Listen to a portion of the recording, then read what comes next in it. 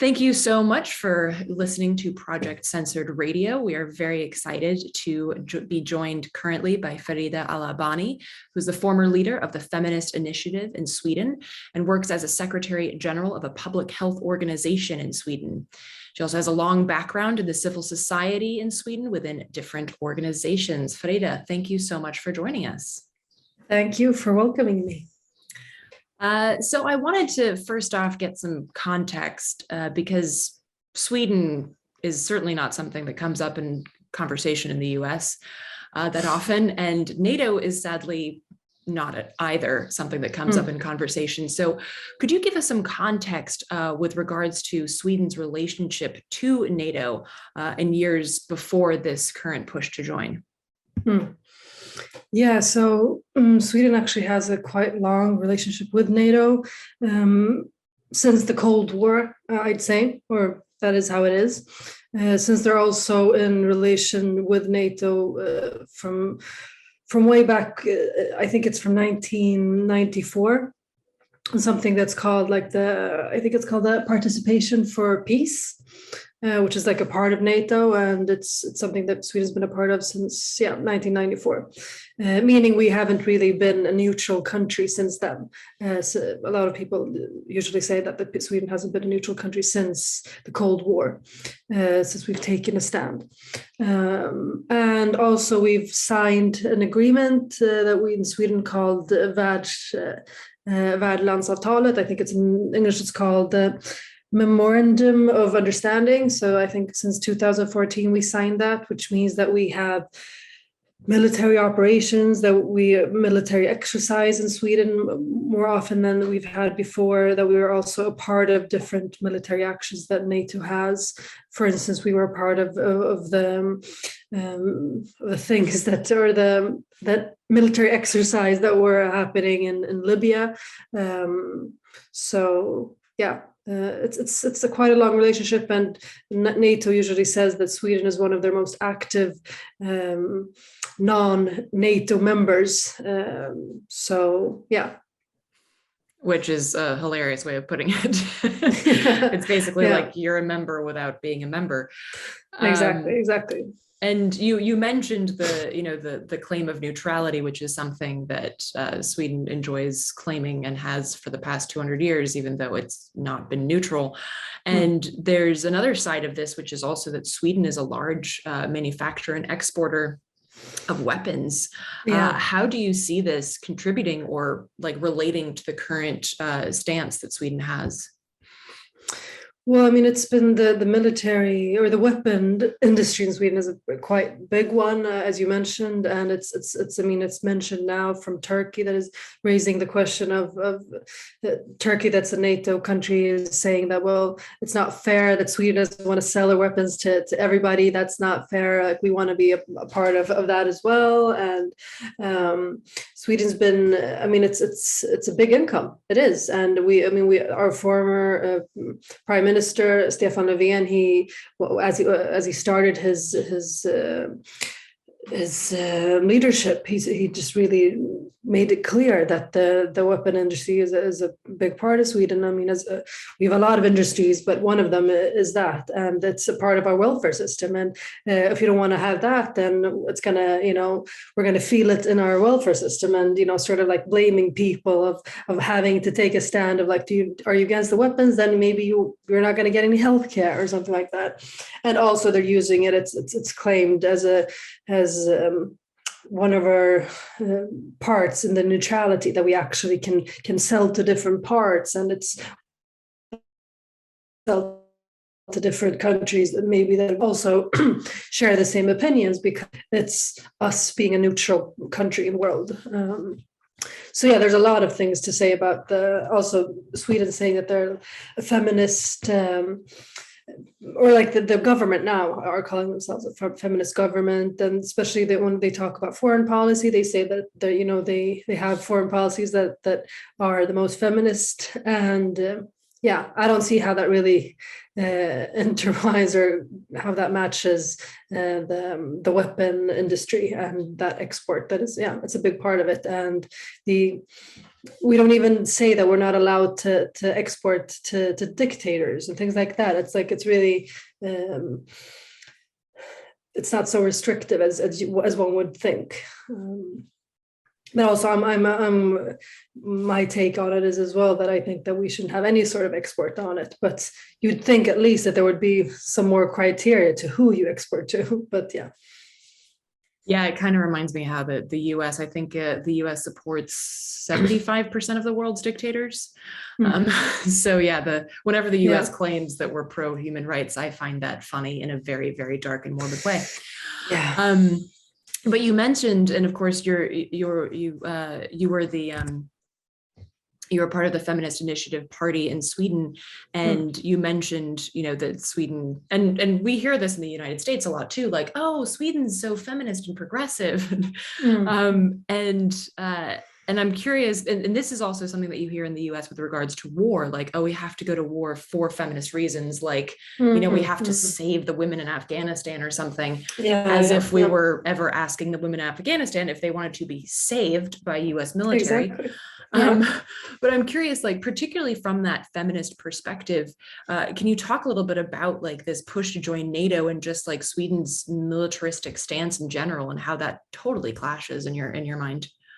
Well, it's interesting now because I mean we had our big the Feminist Initiative had its biggest growth during 2014, and during that time everybody was saying that they were feminist. All the parties were talking about it. So even the word feminism, really had its big day during those years, 14 and some years after. That's why also the current government say that they're a feminist government, which is like a government before hasn't said. So, but now now it's not really used with those arguments. Like I haven't really heard the argument of feminism as much now when it comes to NATO. I mean, some people, it depends on who you talk to and things like that, but it's more the nationalistic arguments that are coming up more of like Sweden we've noticed that during COVID as well, that it was a lot of like, people were wearing all these flags and to show that, we're one country, we need to unite.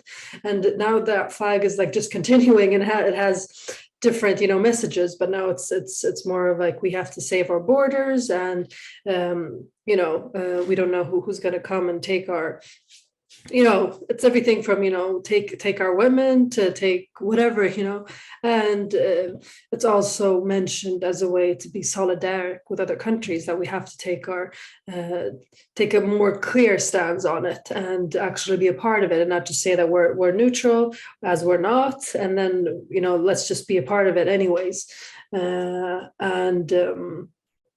Yeah, so I'd say that it's more of the nationalistic arguments that are raised more than the feminists. The Feminist Initiative and other parties are against NATO. Like in Sweden, it's the Green Party and the Left Party. They're saying that they're clearly against, and they're also, blaming the government now for their hypocrisy when it comes to especially their foreign policies of like, oh, well, what happened with the feminist stand that you had, and wanting to be this peacekeeping country, and especially we know that the people that get hurt mostly during war are also women and children, and what happened with that. So you can take it from any sort of angle. I hear that. I mean, I've tried to listen to things as much as I can, but like half of the things that are being said at the moment, I'm not really taking it, because it's just too much. It's just lies and just giving me too much headaches and things like that. So I try to read like the summaries of things just to know what's happening. But like they had this, our Prime Minister Magdalena Andersson had this speech when they were going to vote for NATO, and she tried to like sort of say that I understand that this is it's a tough time. Some of you guys might be against, and that doesn't mean that you love Sweden less, and some of you guys might be for, and that doesn't mean that you're for having wars and things like that. So they're trying to sort of make it into, I don't know, like that it has no, I'd say that it's hard for people to sort of like argument for why. So why are we doing this? Like you're saying that we're threatened, but you're also saying that we're not under threat. So what's happening exactly? And also a lot of people are blaming and are really sad that like our first female prime minister is also the one that has taken this sort of decision. So there's a lot of critique against that as well, and like the white feminism of what it actually means to have a female leader, that it's not just enough having a woman as a leader. I mean, we saw that with Margaret Thatcher, and we're seeing it again with our leader here in Sweden. Yeah, and it also reminded me of, back in 2016 when Hillary Clinton was running, and I just got, my throat was going dry, just continuously saying, the kind of woman matters. A woman, period, is not enough. Like up until recently, the CEO of Lockheed Martin, one of the biggest weapons manufacturers in the world, was a woman, and she was quoted on a phone call to investors as saying, when we were pulling troops out of Iraq, she was on the phone with investors, and she's like, "Don't worry, we're going to make sure that there's plenty of unrest in the Middle East for the foreseeable future." Like literally just saying, "Don't worry, we'll make sure that there's more war, so you'll make money." And it's like, well, that's a woman, so I guess like hooray for that. Yeah, it's she thought it through. She's yeah, it's scary, because you don't want it to. I mean, like with Madeleine Albright and all that arguments that people are like, oh, may her. I mean, you don't want anybody to die, But the way that it was formed and calling her like this feminist icon, when with the things that she's done to actually bring a lot of darkness to a lot of people's lives, and also literally people dying, and saying that it was worth it, that says it all. Like we have Le Pen in France, and I mean there's a lot of examples of it. So yeah, I wasn't one celebrating when she got elected in Sweden, because I just, knowing what the politics that she wants to have, it's not enough. Yeah, exactly. There's a lot more that goes into governing than whether you identify as a woman or not. Definitely. So I also wanted to ask you about, because you've obviously been inside government in Sweden, and I think that most of us see things from the outside, and you can see things from the inside. So I'm curious how you've seen this push towards NATO growing since you were part of the government, because it seems to me, as somebody who was on the outside, that it kind of like popped up out of nowhere, and like in headlines and things. But I'm curious how you were seeing it from the inside in the recent years leading up to this. Well, I just need to make it clear that we've actually not been like the Swedish initiative, or like the Feminist Initiative hasn't been a part of the government in Sweden. Like we're not a part of we don't sit in the Riksdag, like the parliament in Sweden, but we sit in a lot of different municipalities, meaning these sort of questions aren't as we lead like questions around school or around healthcare, these things, not so much when it comes to security and then for policy. But I mean, especially since I'd say 2014, when we saw that that Sweden, when it went into this new sort of membership thing when it comes to this värdlandsavtalet, this agreement that we'd do more and that we'd welcome more of the military exercise in Sweden. I think a lot of people sort of like were raising their eyebrows of like, why are we doing this? I thought we were not wanting to be in NATO, but we're still doing all these things, and just slowly these things have become more clear that there was maybe another agenda. At the same time, we have a prime minister, not a prime minister, but like a security minister that said that he, during his ministry, him being minister, that he would not allow Sweden or not on his mandate, that Sweden would be allowed to go into NATO, because he was really against it. And now he totally flip-flopped on that and changed foot. So I think, especially when it comes to the Social Democrats, I think that there was a lot of people sort of I think most of us were sure that they weren't going to go into it, but seeing also these different, I mean, putting more money into the military that we've seen more and more, that a lot of people have also criticized Sweden, or like inside of Sweden, for not having too, like the budget for the military isn't high enough and things like that. So, and comparing it to like Finland, that has a lot bigger budget, but also when it comes to like how much food and all these other security. I mean, when we talk about security, it doesn't have to just mainly be about the borders or the weapons. It could also be like, well, how much, when it comes like to COVID, how much of these masks do we have saved up, and how much like food reserves do we actually have? And that, like, for instance, Finland has had a lot, and they've worked on it for a long time. Sweden hasn't really had that. Maybe they've, been too comfortable and thinking that, well, we haven't had war for a long time, which Finland has had due to Sweden, but also because but there's a lot of arguments and people actually questioning, which I'm one of them, like, why aren't we making sure that we have these reserves and things like that? Because the crises can arise whenever, and not just because of war, but because of, for instance, when it comes to the climate crisis, or when it comes to health crises, is like, we need to be ready for those things, and we haven't been. So those, like, when it comes to that, then this question has been arise more. But the military development, the last years have been more and more on the rise, and more the parties, even like the Green Party and the Left Party, have been really for Sweden to have more weapons on the ground, and more people, like for instance, it wasn't, you weren't obliged to actually be a part of the military when you were, we call this värnplikt, I don't know what you call it in America. I mean, I guess it would have kind of been the draft, but it's not really, because you just train. Yeah, you train. So there was never really anything similar in the US, actually. Okay. But I guess the closest thing that Americans might know about is that the Israeli military, the IDF, demands that you go into and train with the IDF. So that, but less apartheid state, I guess. Yeah. For listeners who are trying to figure out what that means.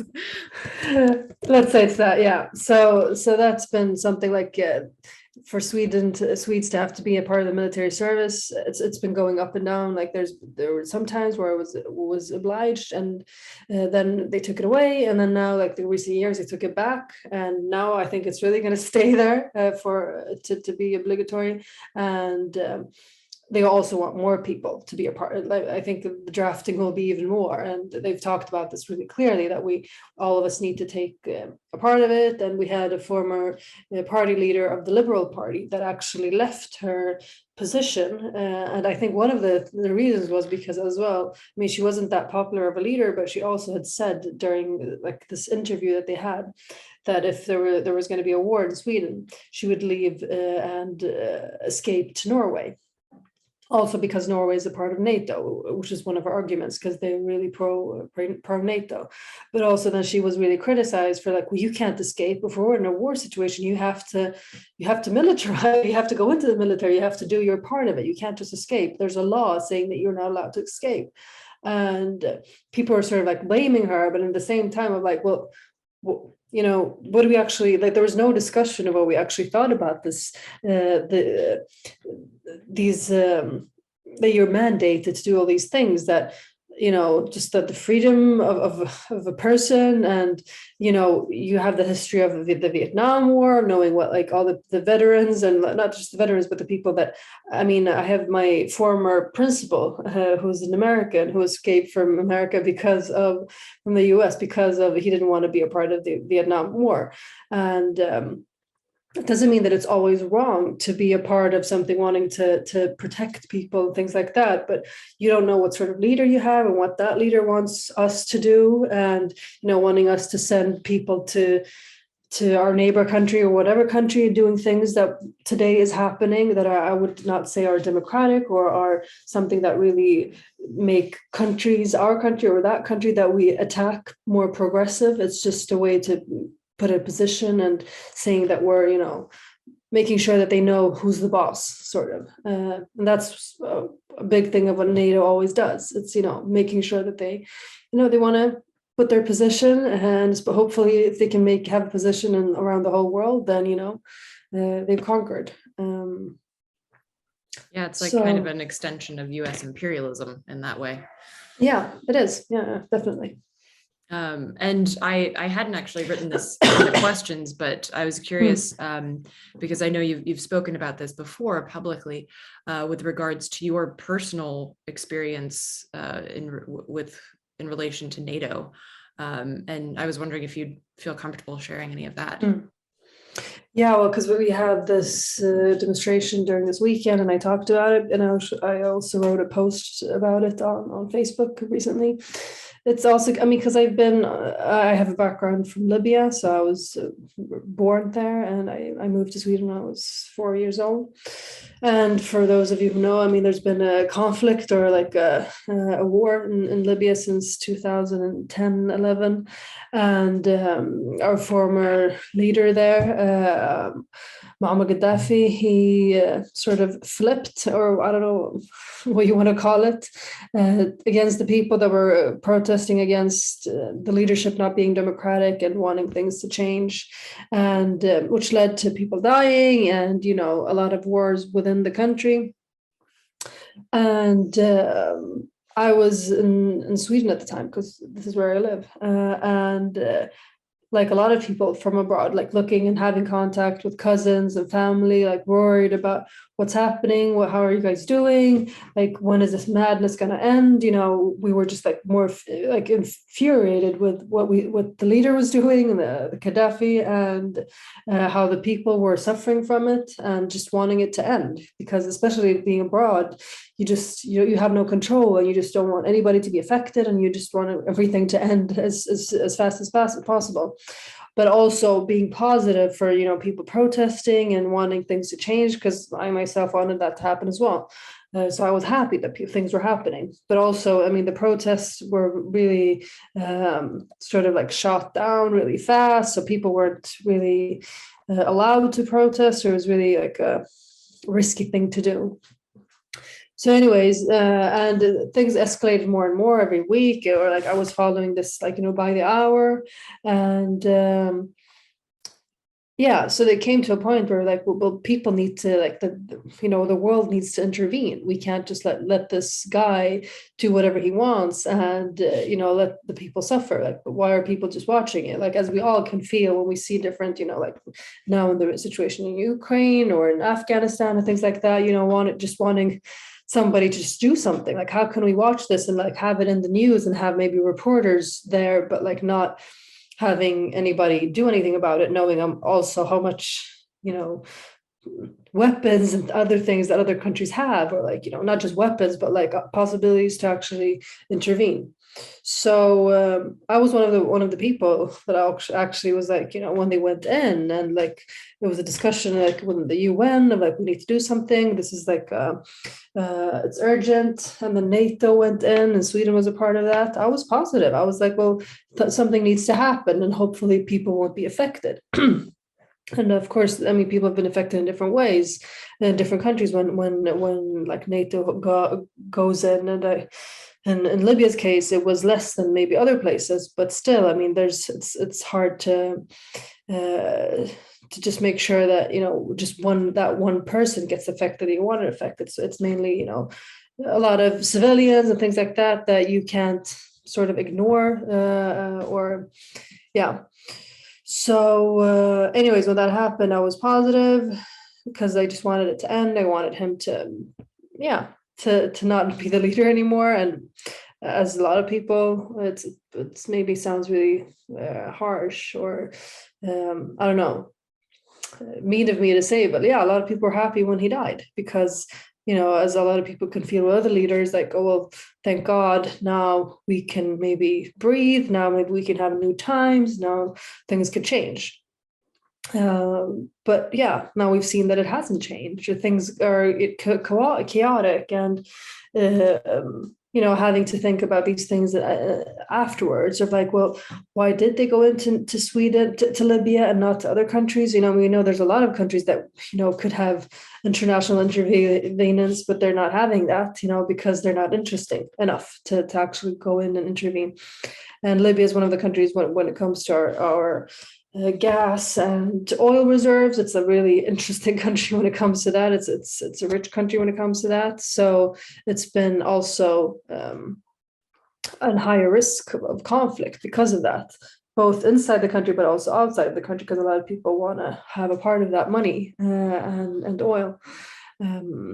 So that's just shown that these things aren't so easy. It's really complex. As a person that maybe sees themselves as a peace person, you also want things to, which I understand, like looking at Finland, people in Finland being next to the border of Russia, being really afraid, or people in Ukraine, just wanting people to do something and, bomb Russia or whatever, just to have things end.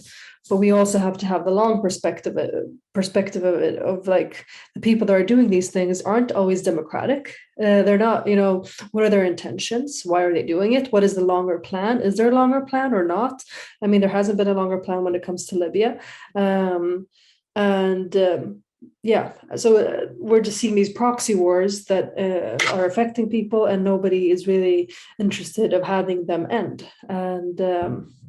And that's a part of my journey of like changing stands on it, and also just to show that I know it's complex, and that's why we need to like not just take a decision on one thing that just happened and really fast, that we need to think things through as much as we can.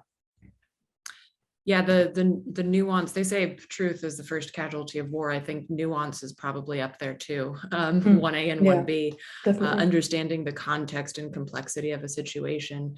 And when you were talking, I was reminded of a quote by Eduardo Galeano, who was a Uruguayan writer, who said, anytime the US intervenes in a country, saves a country, they either turn it into a graveyard or an insane asylum.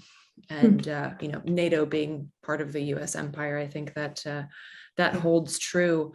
So wrapping up here, I just wanted to thank you so much for taking the time, but also I wanted to ask, as a Swedish American who has kind of like my mind and my soul in both places, I just get so angry watching what Sweden is doing, because it feels so much like bootlicking of the US empire.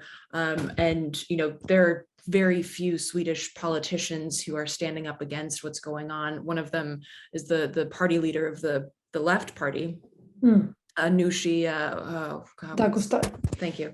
But she's like one of the few people where I'm like, thank you for just saying that. I feel like so many Swedish politicians are just like, yes, United States, whatever you'd like, United States, what can I get you, United States? And I'm just curious, like, what, why do you feel that is, and what can Swedes do to combat this sort of just going along with US empire? Wow, if I had the question to that'd be amazing. I mean, globally, every country needs to think about that. I could just go back again when I think about the 9/11, and also like being a Libyan and knowing what I mean, we were a country as well that we had a lot of sanctions against us after the Lockerbie accident or bombing, and I remember me being really like, I went to school, I think it was like 9th grade or something, and it was the 9/11 attack, and I remember I was like just trying to talk about like imperialism and all these things, but also, I mean, like being sad of what actually happened, just make that sure and clear, but also for us to have like, why aren't we having like a quiet moment when it comes to other countries, attacks and things like that? Why is the whole school, it was an international school, and I was as I went to, and I was just making that discussion, and I was really criticized by people. I mean, because you were asking like, why aren't people saying anything? And I was in ninth grade, and I had a teacher in another class who had heard about me saying this, because another student had asked him like, well, why is Farida against, or like not so solidaric with the Americans now during this crisis, or during this sad time, and which is also like taken totally out of context, because it wasn't me not being sad, because I mean I cried when I heard about it and I saw the footage. I mean, who wouldn't? But also trying to because I mean, just a few weeks earlier there was a lot of killings in Palestine, and I was like, why aren't we talking about that? I know, I mean, we shouldn't compare all these things, but I think it's also valid to compare, because, so anyways, so when I did that, the teacher was calling me in front of all these students, like, me, ninth grade again, like, oh, she's stupid, you shouldn't think, like, you shouldn't, follow what she's saying, and, she's from Libya, so they're so, brainwashed of what's happening in their country and all these things. And I mean, that's what happens today. If you talk about these things, if you just like talk about imperialism, I mean, it's like people can't do that anymore. It's also like talking about capitalism, all these things. You're going to be criticized. You're going to be seen as a wacko person that is a communist, and that has and is probably a Muslim, or like pro-Islam and all these things, and so it's a scary time when it comes to actually being able to talk about the connections. And that's why we're like, most of the people in Sweden are just talking about Turkey. They're just like, well, we can't be a part of this NATO, the people also that are against, because there's Turkey that is involved, and like other people are like, well, well, America's also involved, and do we actually want to be a part of the imperialistic project that America's doing? And like, then people are also saying like, well, there's a risk of maybe Trump being the next president, and that, do you want to be a part of NATO where Trump is the president? And it's like, well, who cares about Trump? It's enough with Joe Biden or the people that were there before him, and the shit that they did. So the horrible things that they've done, I mean, in the past and in the present, just we know like how, just talking about how immigrants are being, respected or not respected in the States and also abroad. It's horrific, and it's not like a country that I think that Sweden should want to brag to, or having being their best friend. And like now I'm just seeing the different interviews in the newspaper talking just about like how the prime minister and other people are saying like, well, our relationships with America are like at their best, and we're really close, and we're just looking forward to having it even closer. And they're just like so excited to having this bond become even closer, also knowing that this is a country that hasn't ratified so many conventions, has gone against so many different other conventions that they haven't even, that they actually have. Some of the few that they have ratified also gone against them, and I mean, the Iraq war and all other, when it just comes to Afghanistan now, just recently, there's so many war crimes that this country has done. And I'm just ashamed that we can't even talk about it, and all we hear is how amazing it is. And I know, I mean, we're so, also we consume so much of the American culture. I mean, we're like, we know everything about America that you guys sort of know, because we know more about America and New York than we know about like our neighboring municipality in Sweden. That's how it works, because that's what we don't care about them, because they can look at their own news, but we're totally consumed about you guys. And meaning it also how we criticize is I mean, I'm not even allowed to. It'd be really hard for me to even go to the States, because there's like these things of like, if you've been born in an Arab or Libyan, like Libya is one of the countries on the list that is not allowed in. The list can go on and on. But on the question of what I think about it and what we can do against it, I mean, we just need to sort of be brave enough to actually say these things, and not just let let the Trump be the only fear of America, or even when Trump was the president, it wasn't like Sweden didn't have a lot of bonds or relationship with America. So I mean, we've already shown in the past. I mean, when Trump was the president, Sweden was still in really deep relationships with NATO. So I don't know how that would actually change things. Yeah. So we just need to be brave enough to continue to raise awareness of what war crimes all these countries that we want to be a part of have done. But also, one of the really good things one of the people said in the demonstration this weekend, professor, he said that we need to also think about like our role in the world and what we're doing with how we've been involved in different military exercises and other war crimes, but also our export of weapons. We need to ask ourselves the question, who saves the world from Sweden? I mean, we're not just like asking ourselves, how are we going to be saved, and criticizing Turkey or the USA, but we also need to criticize ourselves. And we're not the best at doing that, because we have this view of ourselves that we're so neutral, whatever that word means. I'm also against neutrality because I don't think it exists. So that's just wrong in itself. But also the fact that we're so peaceful and that we're not involved in anything, and that's just them. We're never, whatever we're doing, there's an explanation to it. But whatever other people are doing, there's not an explanation, and then we need to just criticize that. So yeah, both criticize others, but also be aware of what mistakes we're doing, and continuing doing that all the time. And if we think we've done it enough, then we need to do it even more. Yeah, very, very well put. And I mean, the show is called Project Censored. And so the goal is to uplift people who are censored, whether that be in ninth grade or currently. Of course, recently in the United States, we saw the censorship of a lot of anti-imperialist and anti-war voices, including Lee Camp, who I do a podcast with, and was basically shut down by the United States government. So hooray for free speech. And so this is the kind of solidarity that needs to be built, solidarity across these fake borders, working with people who actually want peace and are legitimately anti-war and anti-imperialism. So thank you so much for taking the time, Farida. I really appreciate it. Thank you. Can you let folks know where they might be able to follow your work or see more about what you post and what you do?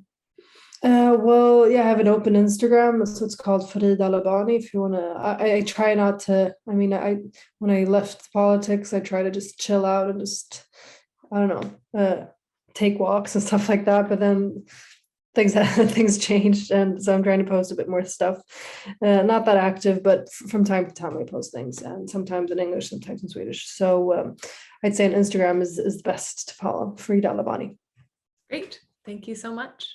Thank you, and good luck with this.